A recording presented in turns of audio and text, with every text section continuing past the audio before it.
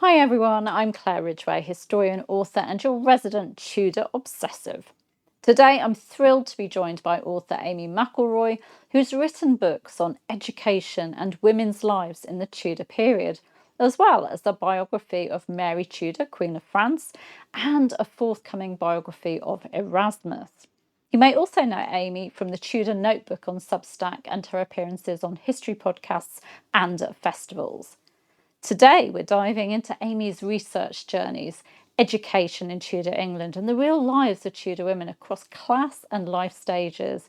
The force of Mary Tudor, the King's sister, what a fascinating character, and then a sneak peek at Erasmus. Settle in, this will be packed with insight, myth busting, and plenty of our favourite subject, Tudor history. Welcome, Amy McElroy, to the Anne Boleyn Files YouTube channel. It's great to have you here and to be able to grill you about your books and your research. So thank you so much for joining us. Oh no, it's my pleasure, Claire.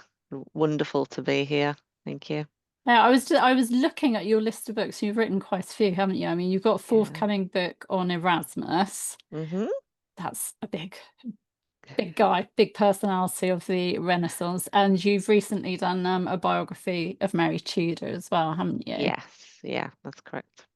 So, first of all, can you just tell us a little bit about yourself and how you first came to be interested in history and, in Yeah, particular, sort of the 16th century? yeah. So I was born and raised in Liverpool. And I'll be honest, I did not like history at school. It was more because I didn't like the teacher. So unfortunately, back when I had my GCSEs, it was that time period when you had to choose either geography or history. Because of that teacher, I chose geography. I do wish I could go back in time and put it with a teacher for 2 years, but back then I was young and naive and thought, no, I can't do it. But Speak Hall wasn't far from us, so I think that was the first building that I saw that I thought that is amazing. Wanted to know a bit more about it. Um, and because I didn't take history at GCSE, I just kind of read myself, kept reading everything I could get my hands on. As I grew up, carried on that way, just reading, including your own books, of course. Um, Read absolutely everything, and yeah, it just kind of went from there, really. I had that love for it and I just explored whatever I could and read whatever I could get my hands on. I did read historical fiction as well because I think that's a good way into the history world as well. If you're not sure on which more of the academic books to pick up, I think historical fiction's a brilliant gateway into history. Yeah, I think so too. And it's so frustrating. You mentioned about having to choose between geography and history. I remember that as well. The option Yes. blocks, Yes, especially if you're at a small school, secondary school, the option blocks, they really limit kids, don't they? And they really do. make you choose sort of subjects that, yeah, you're forced to choose between two favorite subjects sometimes. Yeah, Yeah. Yeah. I yeah. do wish, Oh, as I said, I wish I could go back in time, but I'm sure we all do at yeah. some point. Very true. Yeah. And talking about education, this is such a great link. Your debut book, Educating the Tudors, shines a light on Tudor education across all classes of society. So, what inspired your decision to focus on education, and what surprised you the most about the differences between sort of girls' and boys' education, rich and poor in that era? The first interest sparked from that well-known character we all know and love of Henry VIII. I think a lot of the things that you read about him, it's always like he was well educated, he was classed as a Renaissance prince, and I think my first thought was, well, why? What made him different to everyone else around at that time?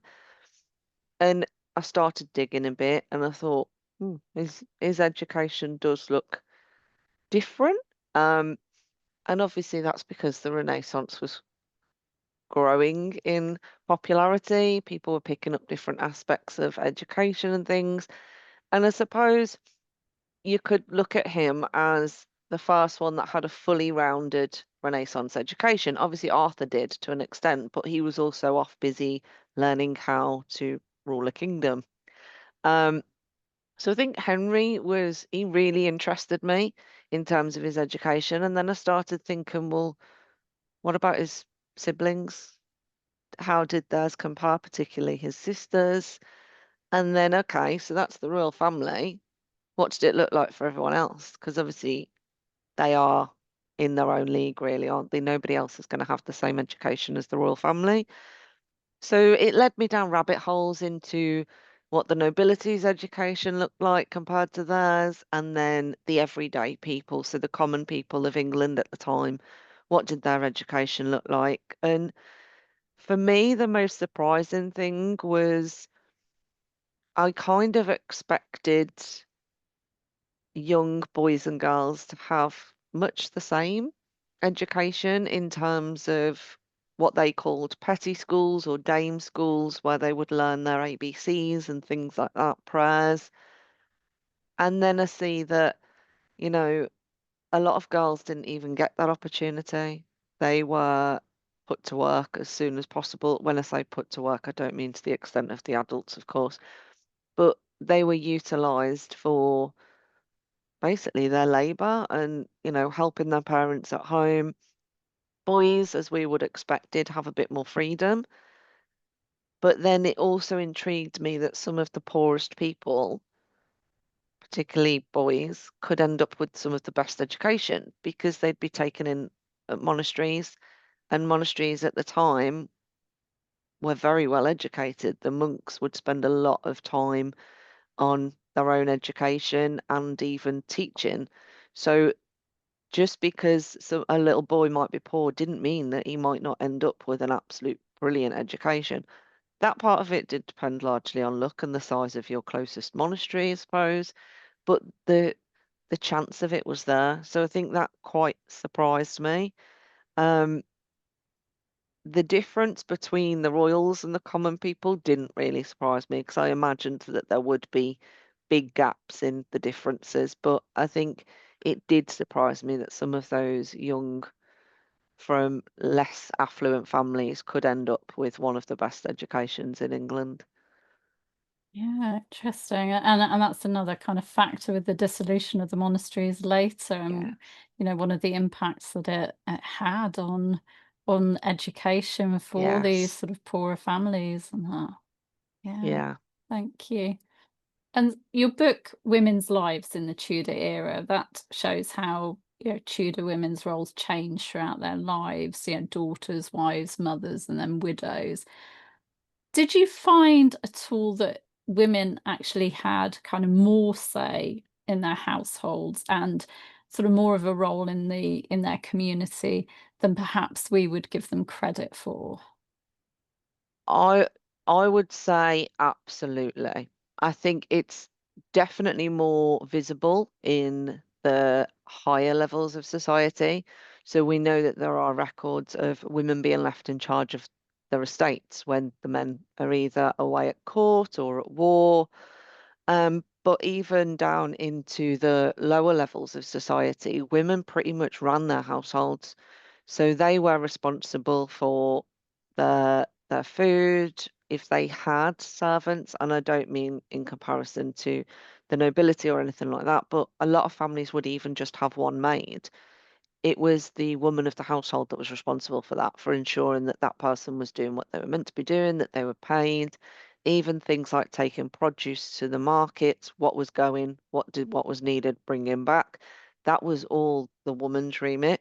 So I think women definitely had more of a role in their home life and in the community. So you can imagine it that they'd all be down by the river doing their washing and things like that. And I think it was a place for women to not just gossip, I'm sure they did, but as a way to like swap tips and stuff like we would now. Everyone wants a life hack. I think it's things like that they would exchange tips on cleaning and cooking and all of that kind of stuff. And yes, I definitely think they had more of a voice than we give them credit for, but particularly amongst the nobility who were looking after vast estates if their husband happened to be away from home. Mm. And even when he was at home, she still had a big role and responsibility in that estate and that household.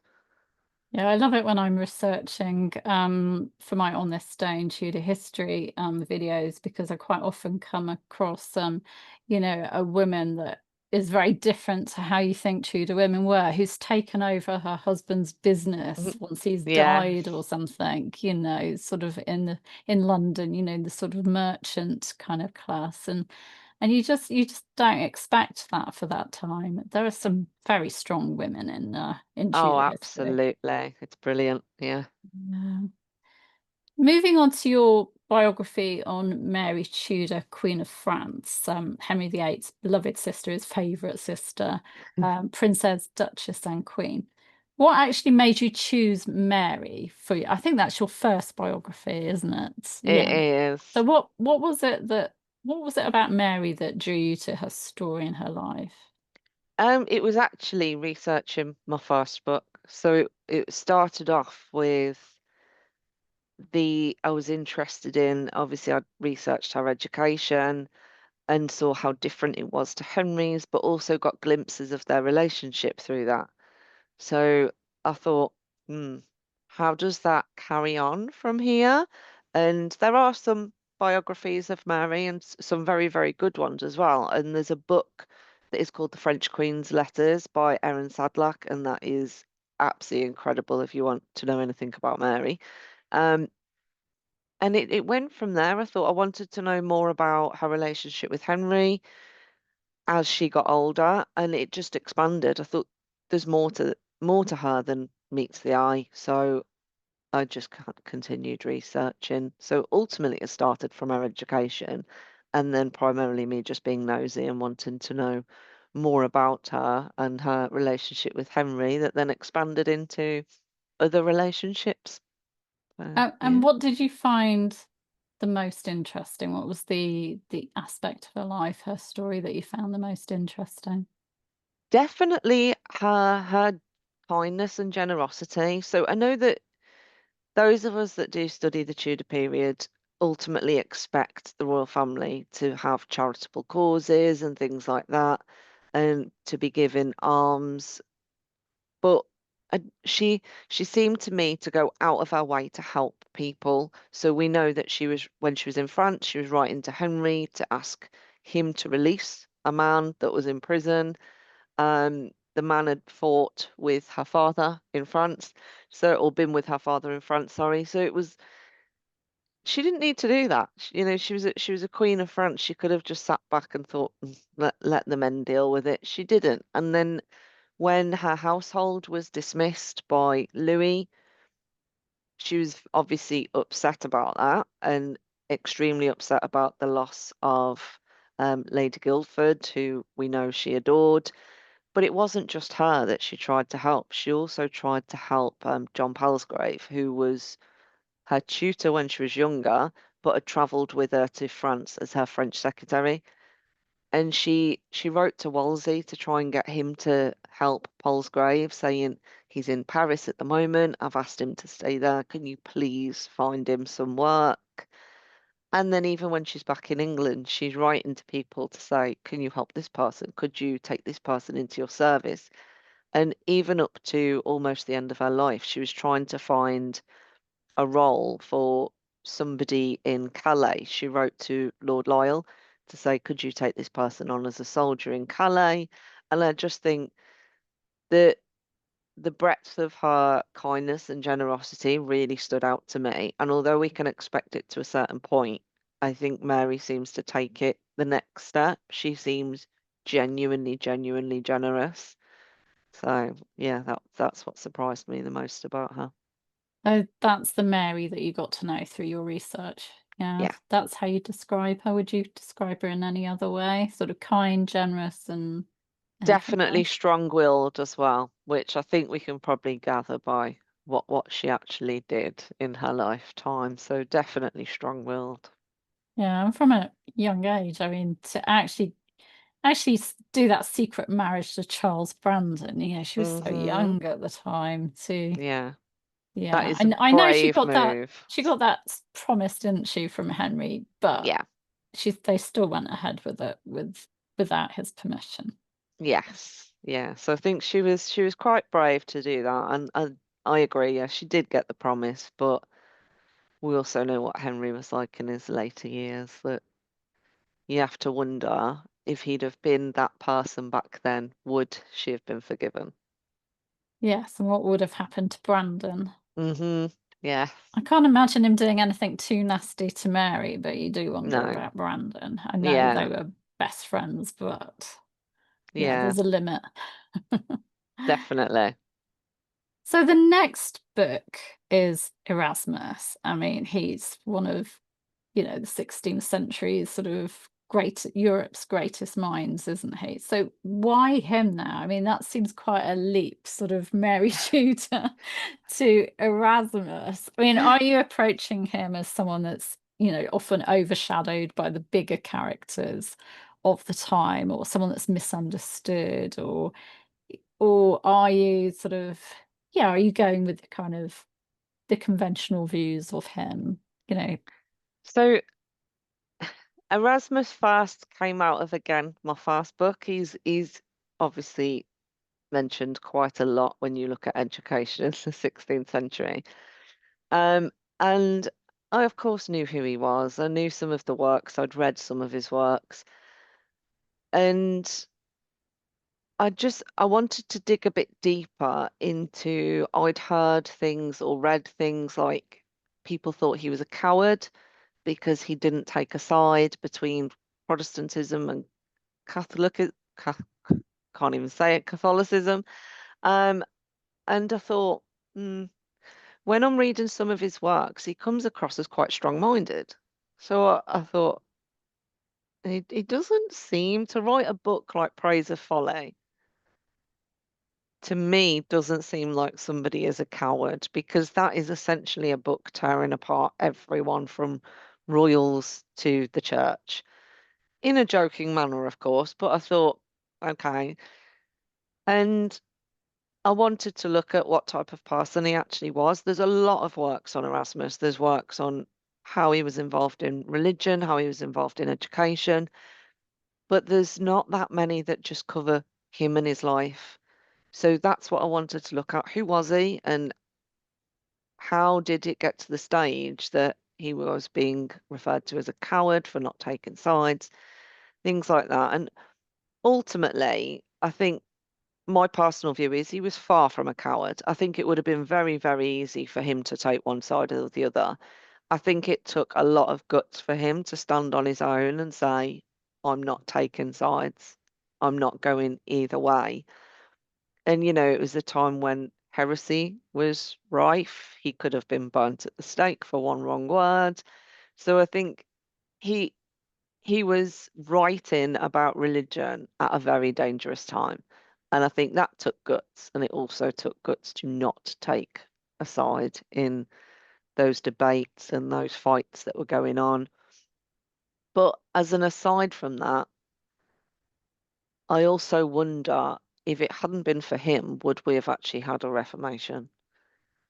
Because you do see people like Martin Luther that absolutely adore him to start with. And then the more they read into his works, the more they go, actually, I'm starting to think X, Y, Z.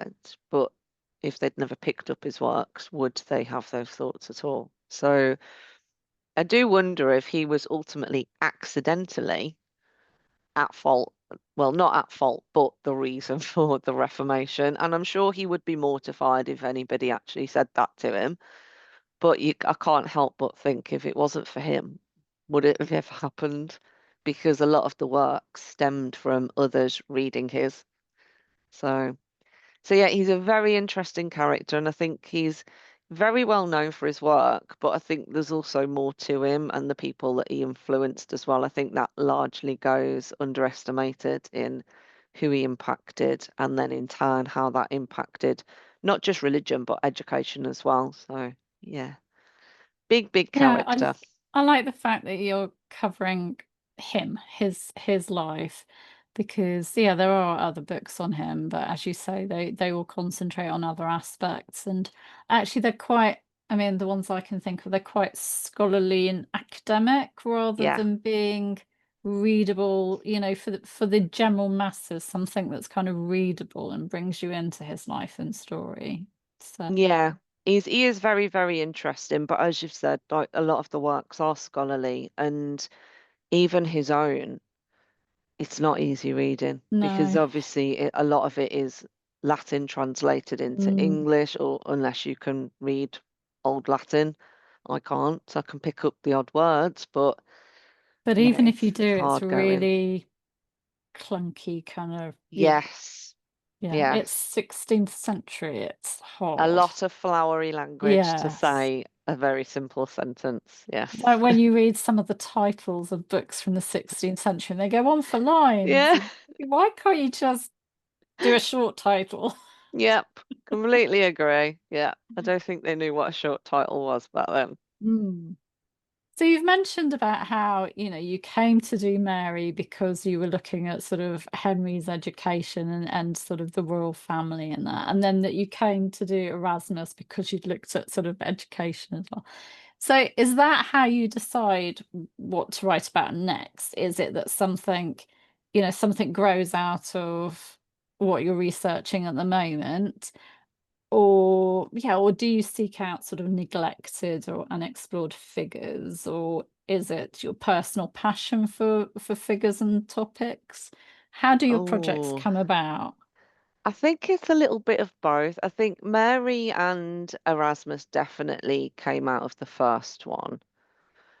Women's lives, to an extent, did as well, because I was looking at the difference between girls' and boys' education, and then I kind of wanted to expand on that. But I think Erasmus definitely came out of my first book. Um, he's just one of those figures that kept popping up. No matter what I looked at in terms of education, his name was there somewhere. So it was like a bell ringing at the back of my head that I didn't know if I wanted to write a book on him at first, but I knew I wanted to research him for myself. And it kind of led to a book. But my next one that I'm writing at the moment is about tutors. And that definitely links back to the first one because it's about the some of the more prominent tutors that were around, how they were kind of linked to each other. So they would, provide references for each other. It's like this little circle of friends like Roger Ascham and the likes of those that I wanted to expand more on. And I did have that idea from my first one when I was writing it. I thought I'd love to include more on who these men were and how they've shaped education, but obviously with word limits and stuff, it wasn't Mm. possible. So it went on the back burner for a while. And yeah, I think all of mine at the moment have just stemmed in one aspect or another from education, but I wasn't quite sure I wanted to write about Erasmus because he is such a huge there's so much on him that I didn't know if it would even be possible. So, and I won't sit here and say it was easy either. It was not easy. Um, but I'm glad I did it because I think you're right. You mentioned earlier that a lot of the books on him are scholarly, and I hope that I've been able to put down in words who he was. So for the everyday reader, somebody that can pick it up and learn who he was without having to read his thousands of letters that he left behind. So, Complicated. yes. So your writing journey seems to have begun with blogging. So similar to mine, actually, from the ambling faster writing. And so you started with blogging. So what was that evolution like? How did it happen? And did blogging sort of help you develop your voice and your research skills? So blogging for me originally started as somewhere for me to record my thoughts and what I thought about books I was reading. I used to have, and I've probably still got some somewhere, you know, the books that are like a reading journal and you can write like what you thought about them. I was going through a lot of them. I thought there's got to be another way than me having these books everywhere, notebooks galore. So I thought, why not? Why not just put it online? If nobody reads it, it doesn't matter because it's for me. Um, and I joined NetGalley, so I was getting quite a lot of books through there, and a lot of them are pen and sword books. For anybody that doesn't know, they're a big publisher of history books. So I was writing a lot of reviews about their books, and one of the editors reached out and said, "Have you ever thought about writing your own?" And I was like, "No, absolutely not." Like he said, "Well, have some time, think about it." So I went away and I thought, why not? Like, what what can go wrong? The worst that can happen is I write a book and they hate it, and nobody knows any different other than me. So I just kind of thought, okay, well, why not? I'll give it a go. So I put my proposal in, it was accepted, and yeah, that was the first one. So, but I do think blogging probably helped find my voice. But for research purposes, I studied law, so I think it was more law that helped me with the research side of it. Obviously, history is different, but I think that the basics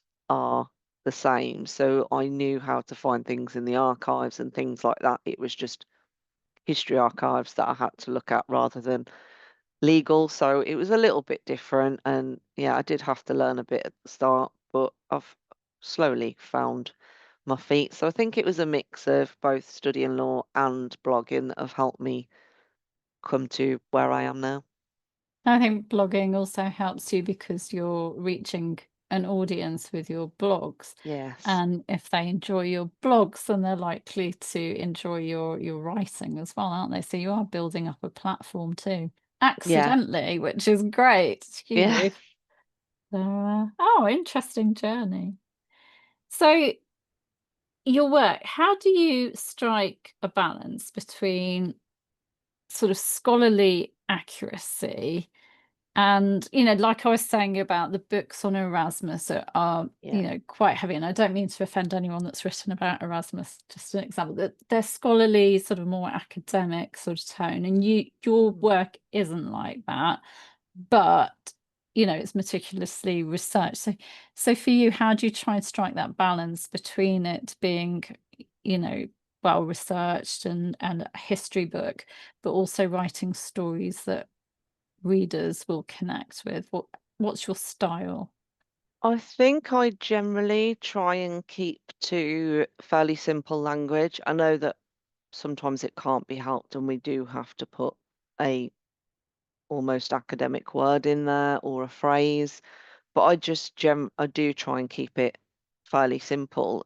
My full-time job does involve a lot of report writing, and they are for everyday people. So I think that's kind of helped me a bit as well as blogging in terms of I like to write the books. This is going to sound very arrogant. I don't mean it to at all, but something that I would like to read myself. So something that I want to sit down on the sofa with and open and not have to concentrate, not have to have my laptop open to see, what does this mean and go away. I want to just be able to sit and read a book. And obviously the references are there if somebody does want to go away and do their own research or check something, but that's usually my aim to write something that anybody can just pick up and put down and, you know, hopefully enjoy anyway. So Yeah, thank you. And doing your research for all of these books, has there been an unexpected sort of treasure, a nugget that you found that changed your understanding of either the people you were writing about or the period? I think there's a couple. I think the main one would be Wills of Women. They're just incredible. So when you obviously women, not a lot of women left wills at the time, and many of them had to have their husband's permission to even write one. But when you read them, and they're so detailed, and it's so obvious that they want to care for the other women in their family and how they bequeath their goods to daughters, nieces, things like that, to try and ensure that they know that their sons are going to get left with everything. So it's their way of trying to ensure that the female relatives have something that could possibly make their life easier. So that really did surprise me. I think the one most surprising was a will. I can't remember the name of the lady off the top of my head, but she split her house. It was so strange. She had like the room on the left is for this person and the room on the right, and this part of the garden is for it was so it was quite amusing. And I thought in a way you can understand why, because there was like five different children and their partners, and she was obviously trying to ensure that each one had space in that house so none of them were left homeless. And so But they it was couldn't just be arguing with each other either because yes, like that's she my said room. it. It was in Yeah. Mum's will. So that interested me. And then I think the second one would be that Erasmus had a sense of humour because I was not expecting that. Like in his letters, he's constantly being sarcastic or insulting people. And I thought I did not expect that. I always thought that he was this serious scholar that, could be a bit sarcastic when he's writing, but I just didn't expect as many jokes and things like that. So yeah, that surprised me as well. You mentioned a few minutes ago about how you've got your day job as well. You've got your full-time job. So how do you approach your writing? With that, do you have a strict daily routine where you work certain hours with your day job and then you spend a certain amount of hours on writing, or do you let your ideas guide your routine, your schedule, your, or do you just work at weekends when you feel like it? How do you structure it? I generally have a bit of what I call my to-do list, but it's not really a to-do list. It's essentially what do I need to do to finish this book?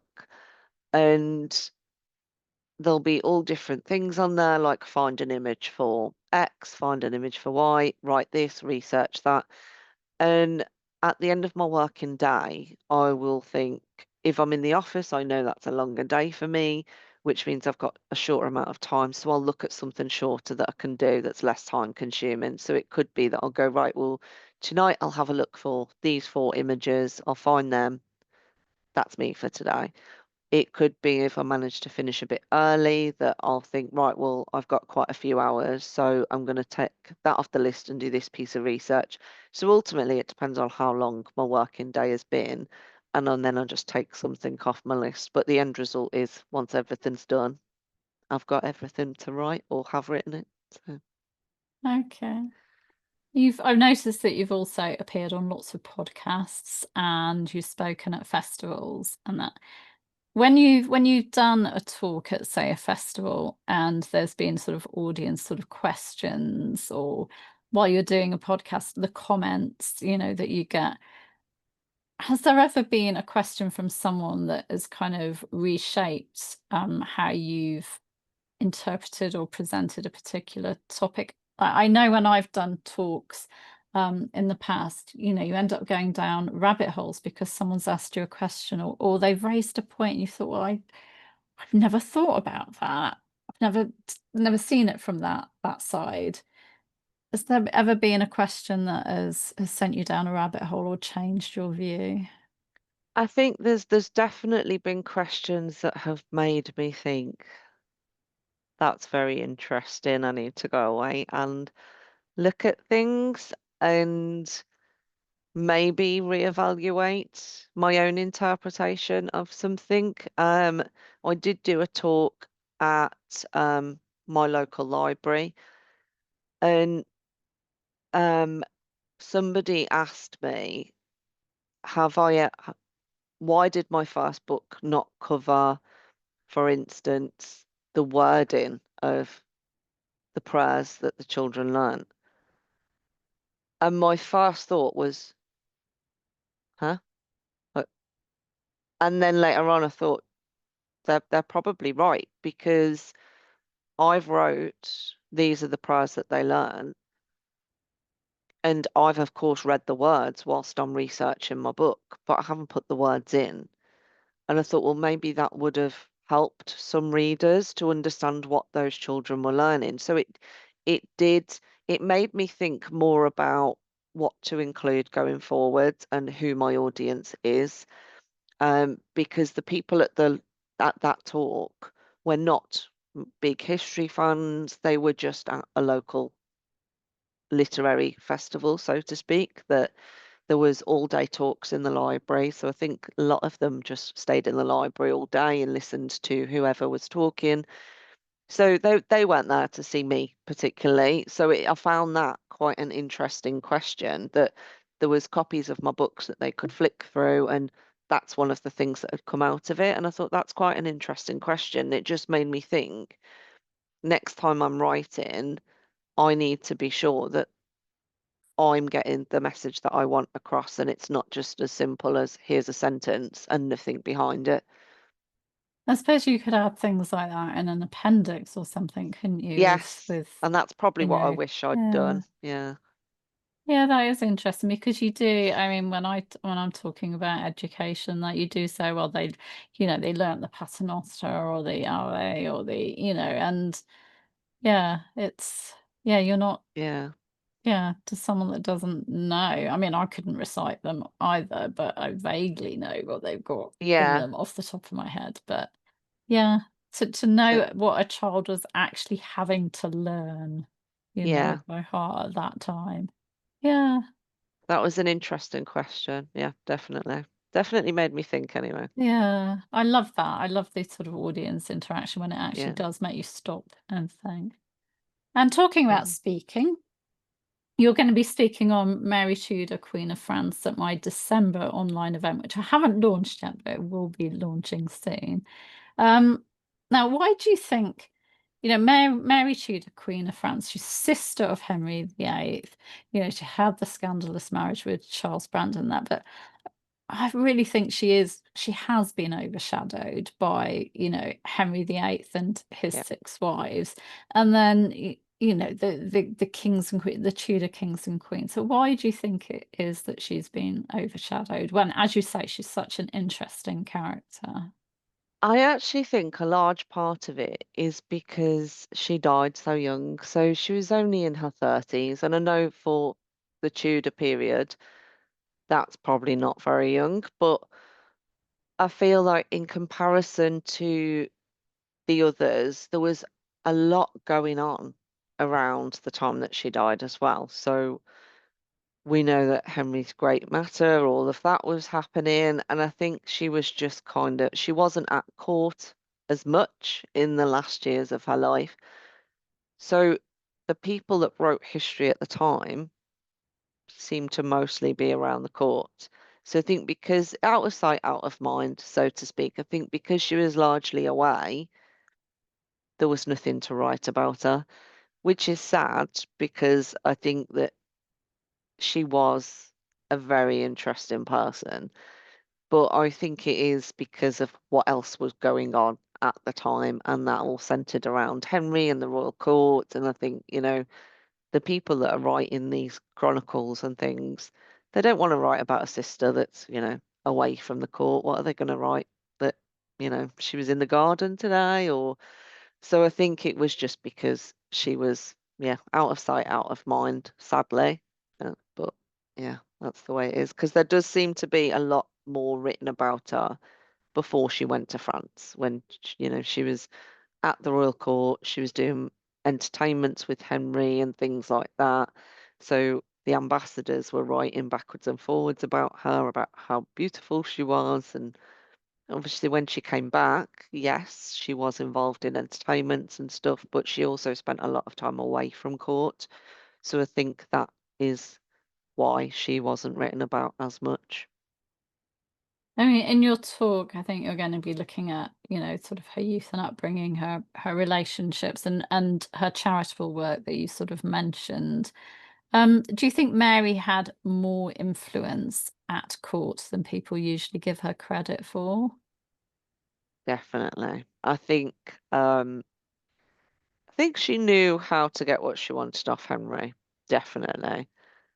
And obviously, whatever did happen or didn't happen with Henry and his promise and everything else, I don't think there's many that would have gotten away with what she got away with in terms of marrying Brandon.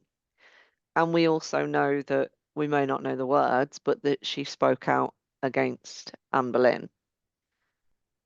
I don't think anybody would survive that either if they weren't Mary. So I think she definitely had more influence. But I also think she knew when to take a step back as well and disappear from the court before Henry got too angry with her, whereas others were not as fortunate. So, yeah. I suppose having been in the household with him when they were younger, when Arthur was being groomed to be king and Henry Mm. was sort of brought up with his sisters. So she got to know him really well, didn't she? Yeah, and I think they were quite not close, but they were the closest in age as well. So I think they did spend time like dancing together, learning music together, and I think it's the fun times that they spent together that I think formed that original bond. And of course, as they got older, they both loved clothes and jewels and still loved music and things like that. So I think their bond was very, very strong, even up to the end, even though, she wasn't on his side for the great matter and things like that. I think, the bond was still there. And she probably knew when to shut up. Yes. She Yeah, could she probably wasn't read him. stupid. Yeah. And if you could go back in time and ask Mary one question, just one question, Oh, to understand her better, what would it be? oh, this is hard. I'm torn between two questions. Um, I think I'll go with this one. So I think it would be, did she actually love Charles Brandon when she married him? I think they did love each other once they were married.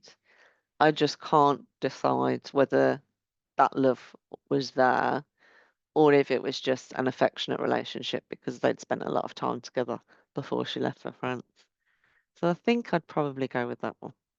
Or whether it was a case of lust. Yes. Because Yeah. he seemed to have a way with the ladies, didn't he? Yes, definitely. Yeah. Yeah. And if you could shadow a Tudor woman for a day, perhaps a woman, I don't know, running a household, yeah, yeah, or perhaps running a business, who would you choose and what would you ask her? Ooh. I Or think even a I'd higher woman, even a higher woman, someone with a bit more power. I think I'd actually choose Bess of Hardwick because I Mm. think she's fascinating. And I think we know that she was a very strong-willed woman. She was very rich.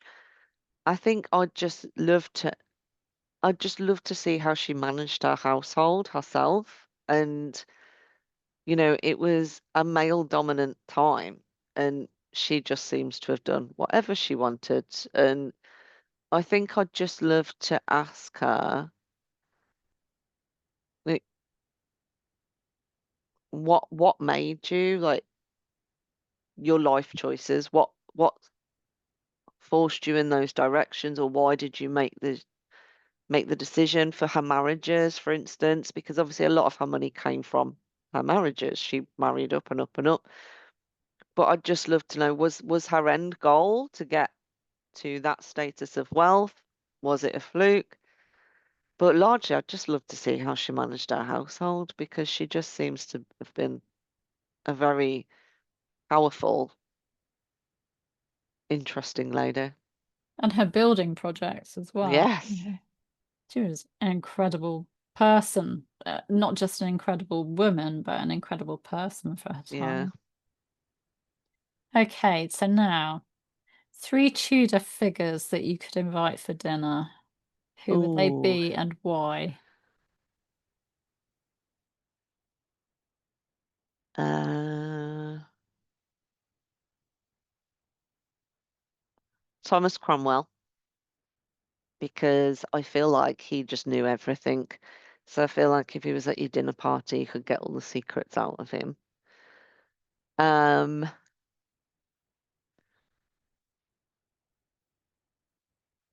Probably Mary,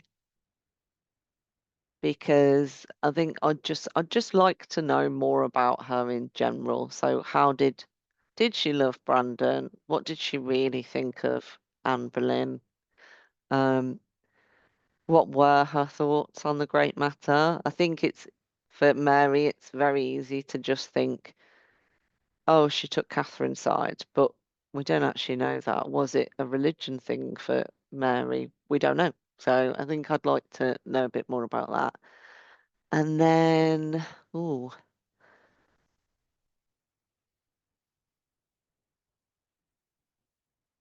I'm torn between two people. No, I'm gonna go Wolsey because I think he'd know a lot of secrets as well that he Who was going to be the possibly. other person? I might let you have another chair. Erasmus. Okay, Erasmus. Yeah. That would make a really good dinner party. I think it would be quite an interesting one. Mary might be a bit bored, but I think it'd be an interesting one. Yeah, I'd like to just sit back at that dinner party and just listen to them. Yeah. Very intelligent conversation. Hmm. Okay, and so when you've but it's the end of the week, you sort of done with work, you've done some of your research, and that's over with now. What's your favorite way to unwind? And also, what's your kind of comfort reading? What kind of books do you reach for? My favorite way to unwind is very, very easy. Lord of the Rings. Okay. Yeah. I don't actually know how many times I've watched it, but it's Lord of the Rings. Um, Comfort reading is historical fiction. So sometimes I think I've had enough. Um, I might go back in time, so I might go Plantagenets or even before that. But yeah, historical fiction is definitely my comfort read. And as I said, not always Tudor period. Sometimes I have had enough of them for that day or that week, so I will go back in time or something. But recently I've been judging the Historical Writers Association Gold Crown. So there's been lots and lots of historical fiction from all different eras, which has been absolutely amazing. So yeah, Yeah, because you def can get stuck in a rut, can't you? yeah. I Mm. think when you're constantly reading non-fiction, it can be hard Mm. to switch off. So yeah, historical fiction. I find it still keeps me interested, but gives me a little time away from the Tudors. Yeah. And for future projects, what themes, what topics or people, characters are sort of drawing you, are tempting you to write about them?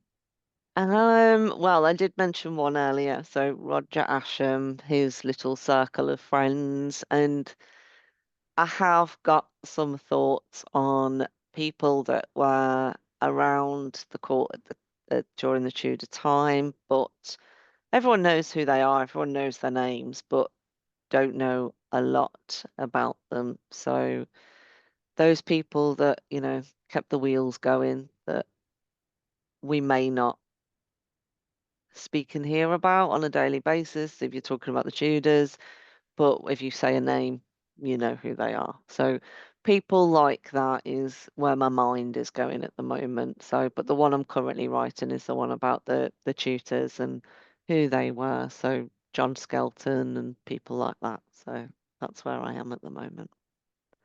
And again, that's education, isn't it? That's Yeah. obviously a topic that really you find interesting and you're Yes. passionate about. Yeah, Yeah, definitely. keeps drawing you back. It does. Okay, quick fire now. Anne Boleyn or Catherine Parr? Oh, Anne Boleyn. Okay, why? I wasn't going to ask you why, but I'm going to ask you why. I think it's because so much happened during her time. And I think Catherine is exceptional in her own way. Like she wrote books, that kind of thing. But I think without Anne, there wouldn't be so much interest in the Tudor period. So I think Mm. we do have to give her that credit that regardless of what happened and whether people like her or not, she brings a lot of interest into history as well as the Tudor period. So yeah, Anne. Very true. I think I know your answer for this one. Erasmus or Sir Thomas More? Oh, that's hard. I'd have to say Erasmus because yeah, I do love him. But Thomas More is also one of those characters that obviously Joanne Paul's just published an incredible book on him. So yeah, I'm glad I haven't picked up my pen to do that one because I don't think I could even compare in the slightest. But yes, I do love them both, but Erasmus pinches the post a bit. Tea or coffee? Coffee. I live on Okay. coffee. Do you ever drink tea? I do. I'm a bit weird. I tend to drink coffee all day, and then in the evening I'll have like 2 cups of tea, but usually it's coffee all day. And the occasional wine? Yes, that's thrown in. Yeah. Yeah. Yeah, as a reward after you've done all that work. Oh, thank you so much. This has been a real pleasure talking to Amy about your work, and yeah, you're really passionate about education, and that's Yeah. really interesting. Oh no, thank you for having me. It's been fun. Yeah, this has been really lovely. So thank you, Amy, for joining me. It has been a huge pleasure to have you here for you talking about your books. I'll put links to your books in the description as well for people to follow up on and find out more. So thank you. Thank you, Claire.